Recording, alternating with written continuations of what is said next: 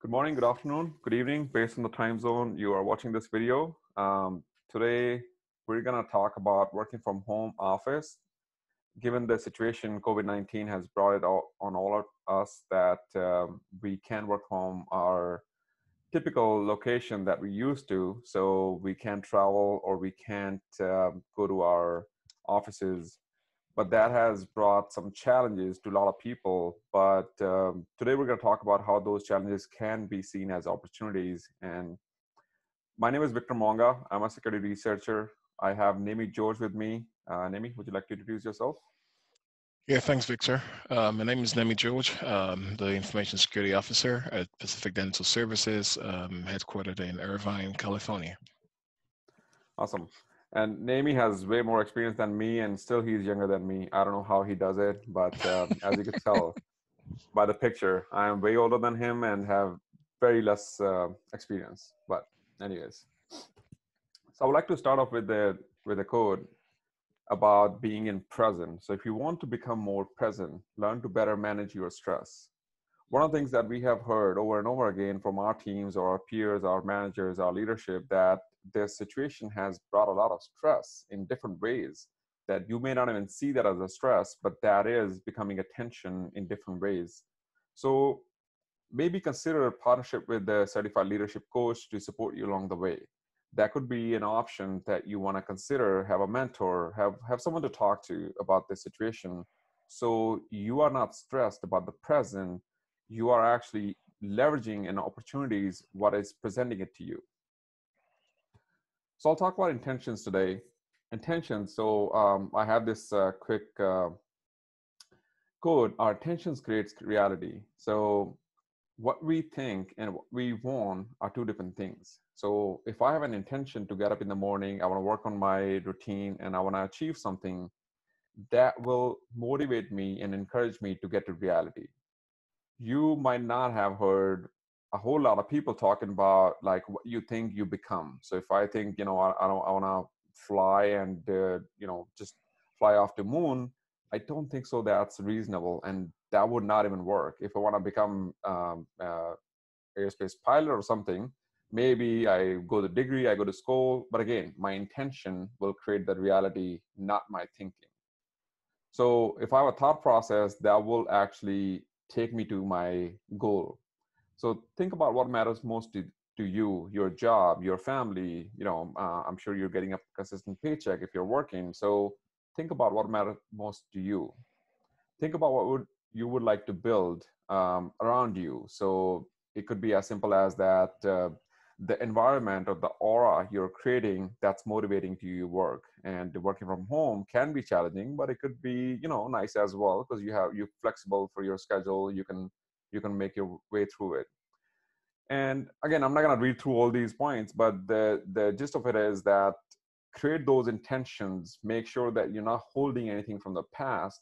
Make sure that you're actually standing tall and proud. Make sure you're actually letting things go, and what you're grateful for, think about those.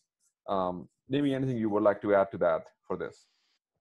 Yeah, I agree with everything you said, Victor. I think that we've got to build a very clear plan for ourselves. That's really not the role of any one organization or team leader. It really falls down to us to, especially in today's world or new reality where people are working from home, without very clear set of intentions or goals or objectives, or however you want to frame it. Some people just coast by. They almost just sit at home and they're waiting for Yeah, things to come back to normal. But we've got to seize the opportunity. We've got to have a very clear set goals for what we want to achieve and work towards doing that. And there's a little things in life. What do you want to achieve, as you said here? What do you want to overcome? What are the challenges you're hoping to put behind you? And if we focus on those things, then we will be able to um, set ourselves on a path to success. agreed. I totally agree with you. Yeah, so I'll start off with this one.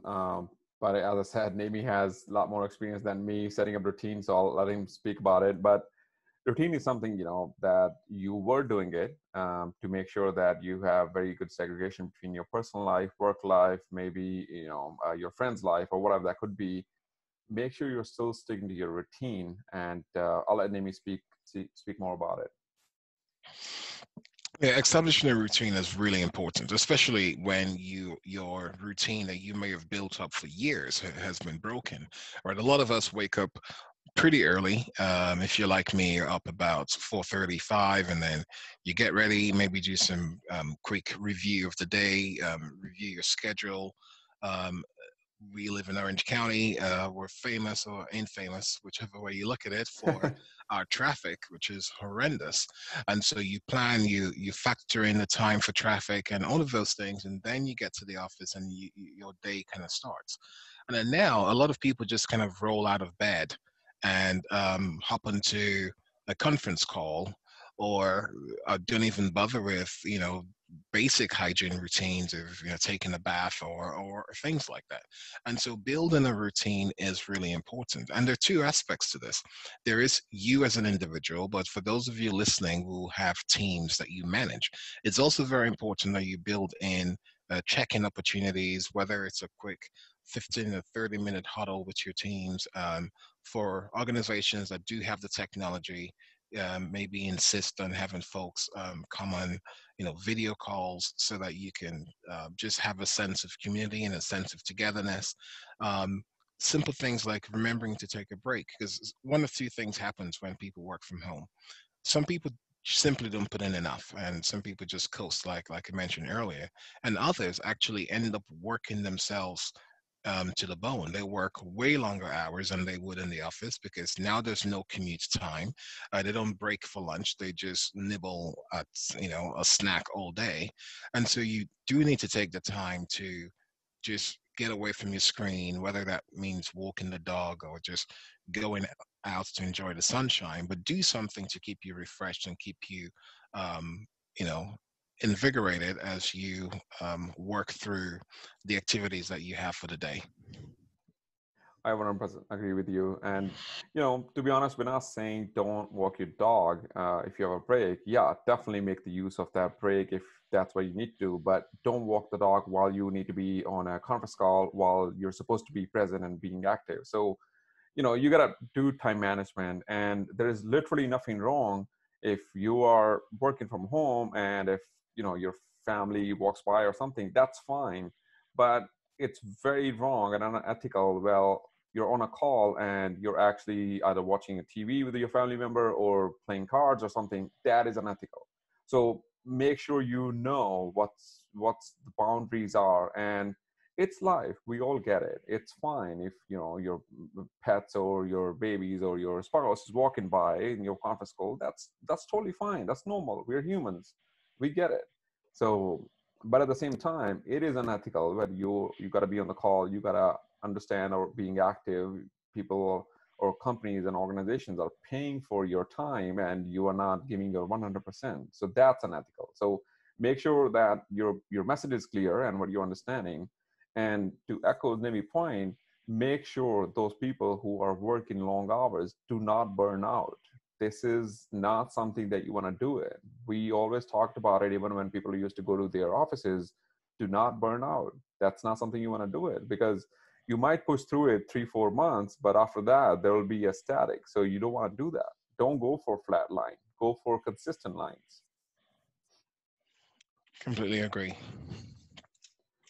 All right, so we're going to give examples about optimal home office, and our examples could or could not be, matching your home office. But we just want to have a conversation and give you ideas, or maybe something creative you might consider that you might give it back to us and let us know that something we can improve our home office. But so before this COVID-19, I used to travel a lot. So I had a small setup where I could come in and put my laptop. I have one screen.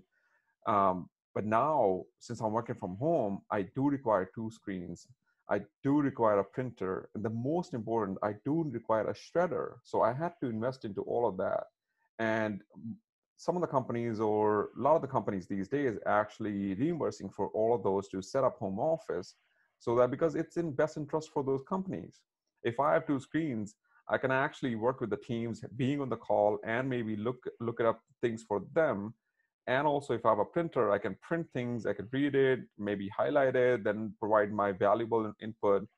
Or shredder, that's the most important part. If I have something, sensitive, PCI or some sort of HIPAA or personal identifiable information, it's good to shred them. Why would I leave it around? Because in companies, we did have those shredders. So keep that in mind. You're setting ground rules for your office hours as well, for your home office. So again, having a dedicated area, it doesn't have to be a full-blown office with all the bells and whistles. No, it's just one dedicated area where I call it home office.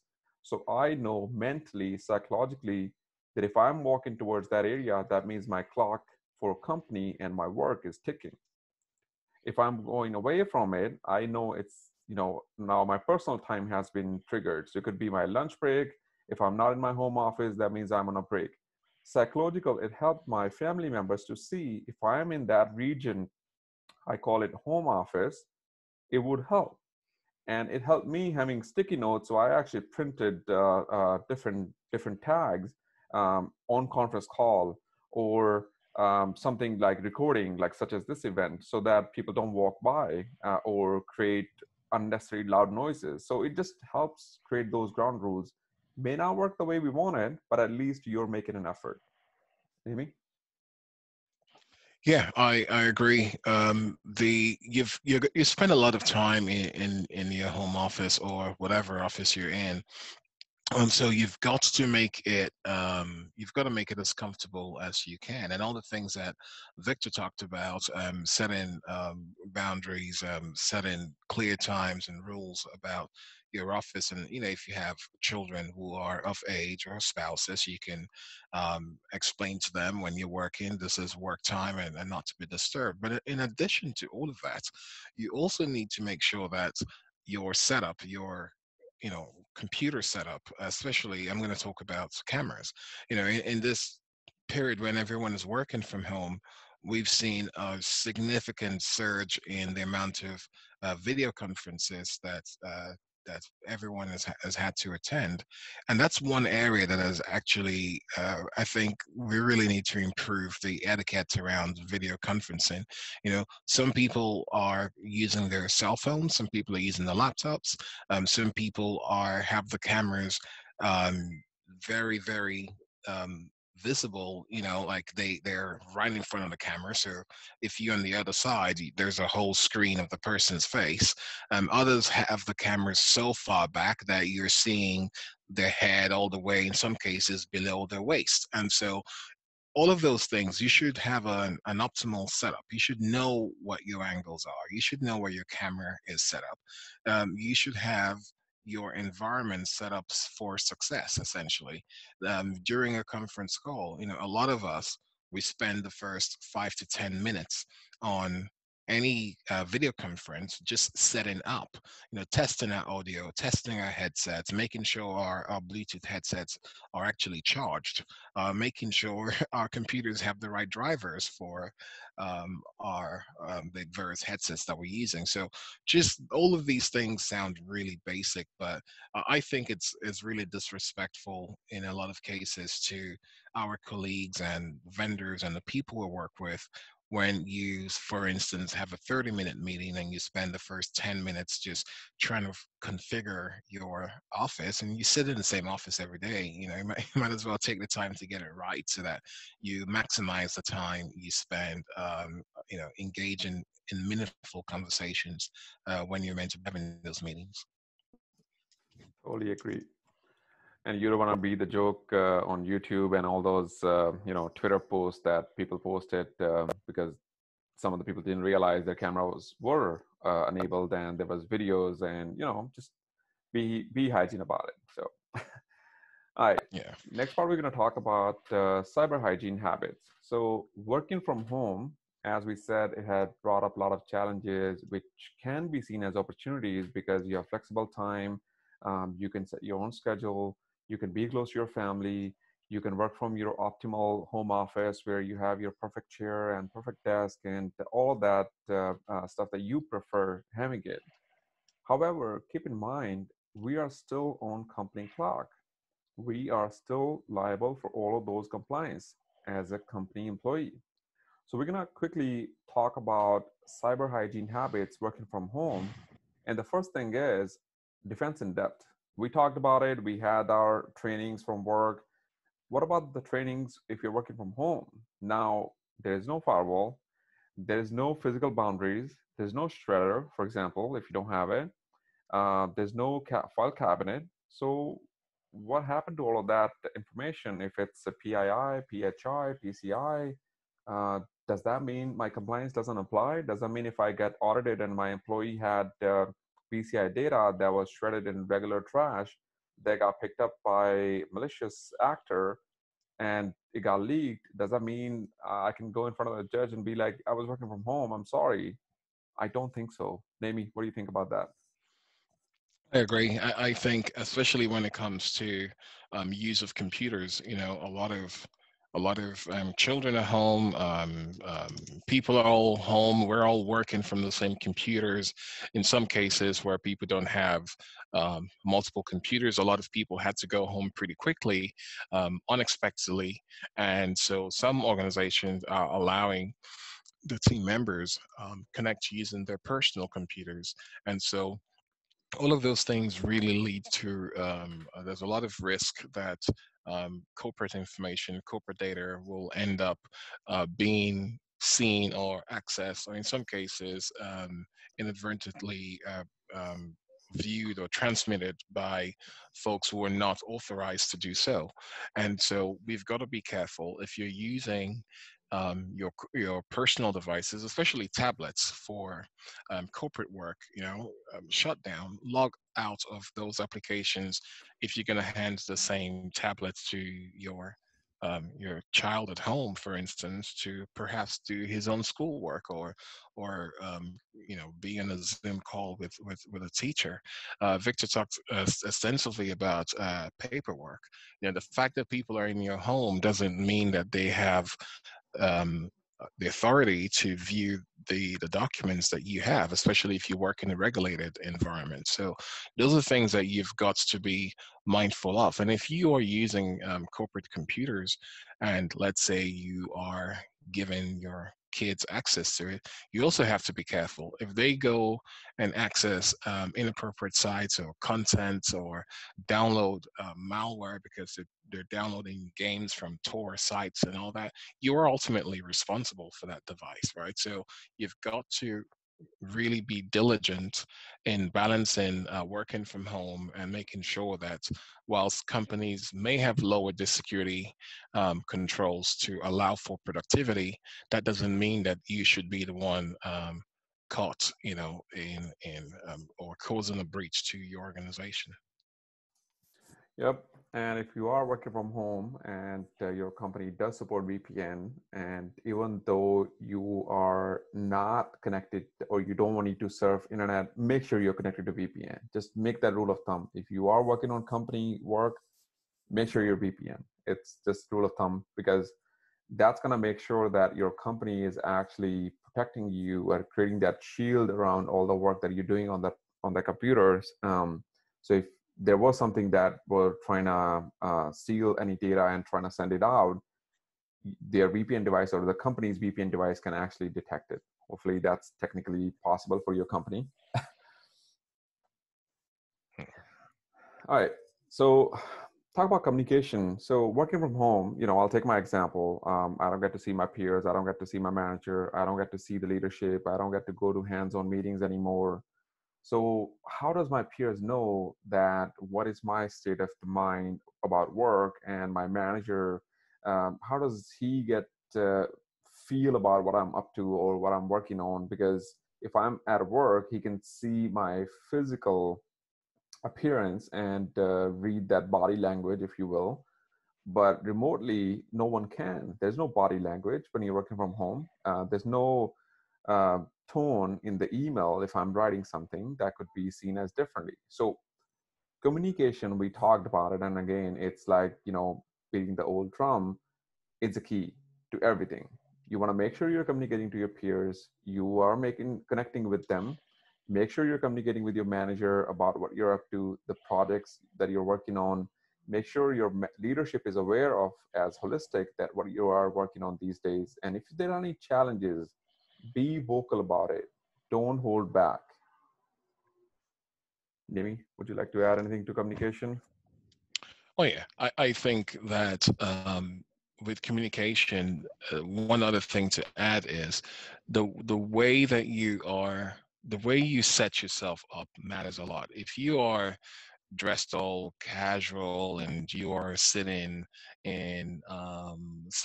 maybe in bed because your organization, they can't see you, it actually affects the way you speak, it affects the way you project, it affects a lot of things. And so as much as you can, positioning yourself in an environment where you are able to succeed, you know the basic things that we all know and love. Think before you speak. If you're speaking to people, make sure your voice is at an appropriate tone, because not everyone is working from home. Some people may be working outside, in their balconies, or in a an area where you have other people around you. Just take into account some of the environmental factors around you when communicating. And also for those who are managing others, uh, communicate clearly. Be clear to them. If you're expecting someone on your team to, for instance, call you every day to check in, be clear with them. If you have team members, and for instance, you're using Zoom or WebEx or whatever, don't be upset if someone, for instance, doesn't join with their video on if you haven't clearly communicated to your team that the expectation is that everyone will be on video during your conference calls. So be clear, communicate clearly, know what the desired outcomes are, and make sure that everyone one acknowledges that and everyone is on board. Yep. And I'll echo to Nemi's point. Make sure that if you're managing teams, that your team members are not going through, or at least they're not facing any tension with other peers. Because a lot of times we have seen you might have a new hire who was unable to build some cadence or unable to build some rapport with other team members. And now he or she might not feel the same connection that others have it. So just try to be aware of that. Just try to think outside of the box, because we are not living in usual or ideal times. This is something unusual. We don't have set practices for if pandemic happens, what does managers have to do? There's no handbook unless maybe you found one. Not yet. I Not yet. think Okay. everyone is reading the same handbook at this point and making the best the best of the Exactly. situation. Yeah. So the point is, be creative, be humane, be empathize with the other situations. You know, this is not normal times, but as I said, the theme of this talk is this has brought up a lot of challenges that can be seen and converted into opportunities. Yeah. All right. Name is a manager, so I'll let him talk about time tracking. Yeah, so time tracking is obviously very important for most organizations. You badge in through the door, you log into your computer. In most cases, there's several ways to validate your time, from access cards, as I mentioned, to what time you logged into the network, and there's so many ways. There's just in-person validation. A teammate can validate that, well, maybe Victor didn't log in yesterday, but I know he was working because I, I was sitting with him yesterday and we worked together. So when you're working remotely, it's a little bit more on you to ensure that you are tracking your time appropriately.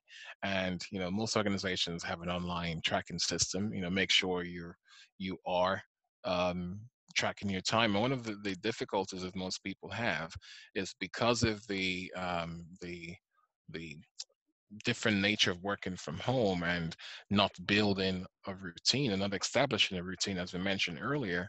A lot of folks, and I've seen this especially in the first few weeks, struggle with tracking your time, and then that then falls on the payroll department or the manager to manually enter time and make corrections in the timesheets, often at the 11th hour just before, say, payroll is run. So it's really discipline at the end of the day.